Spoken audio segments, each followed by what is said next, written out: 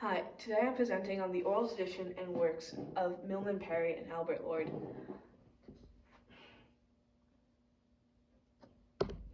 Milman Parry and Albert Lord were two American scholars of the oral tradition and of Homer's works. They wanted to discover that Homer was an oral poet and oral storyteller. They conducted their research in northern Albania and researched a community of poets and storytellers and discovered that they could memorize thousands and thousands of lines of poetry and stories and were able to share that to their communities and retell them over and over and over again. This research was done around the 1930s originally, but later redone by Lord in the 1950s.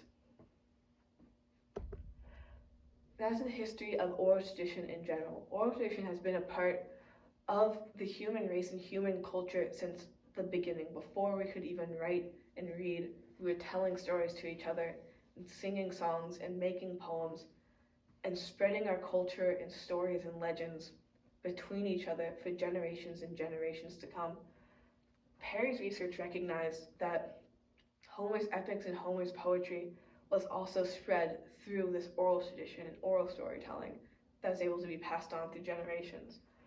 Oral tradition is still used today by many storytellers in many communities to tell stories, to bring cultures together, communities together with shared ideas and shared memories and culture.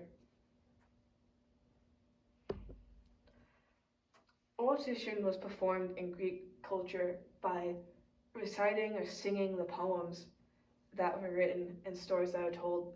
These stories of heroes and gods and legendary warriors were told throughout generations and were based loosely on memories of historical events and what they thought happened during those events. They spread values that they honored in Greek culture and told stories of to be wary of and what not to do, and just spread ideas and culture through these stories and through these tales. Some examples of the Greek tradition are, of course, Homer's works of the Iliad and the Odyssey that we've been studying in class, but also Greek theater is a part of where they performed and how they spread these stories and these oral traditions, and has a great impact on our way of storytelling today. Some of the ways that we see the oral tradition in modern times include, from Parry's research, the epics studied in Albania in the 1930s, and Lord's collection of South Slavic songs and stories from the 1950s. And stories and songs are still spread from culture to culture today that weren't written down when they were originally told and sung, that we still remember and are still important to us today. Stories such as the Iliad and the Odyssey we remember today after generations of it being oral tradition and us having it written down. We remember these oral traditions and these stories that they still hold an important place in our culture to this day. Some examples of the modern tradition of oral tradition are our folk tales and folk songs, and songs that we still remember in the back of our heads from when we were little, and stories that everyone knows that weren't necessarily from storybooks.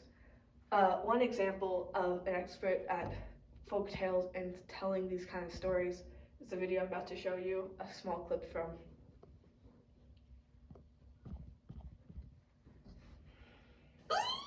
Put your hand down. Way back. How far back? Way back. Before Bugs Bunny, there was Brer Rabbit. How many of you ever heard of Brer Rabbit? Oh, good. A little rabbit who was so small, so small. But even though he was small, he was always able to outsmart the bigger and stronger animals by using his head. And when the slaves told the stories about that little rabbit, Brer Rabbit, they thought, maybe we could overcome our troubles by using our head. The slaves loved telling stories about this little rabbit overcoming by using his head. Because if you had to be a slave, it's good to be a smart one. Listen to the story that came out of the mouths. That was a small clip from Diane Ferlati, who tells stories and uses examples of oral tradition from stories that are much closer to us in time, such as stories told by slaves to spread their culture and their ideas to the people around them. She's an expert storyteller that is able to keep audiences captivated by the stories she tells, and shows an example of how these stories used to be told and how people used to learn from them and their ideals from these stories. That is all I have for my presentation today. Here's my works cited list. Thank you for listening.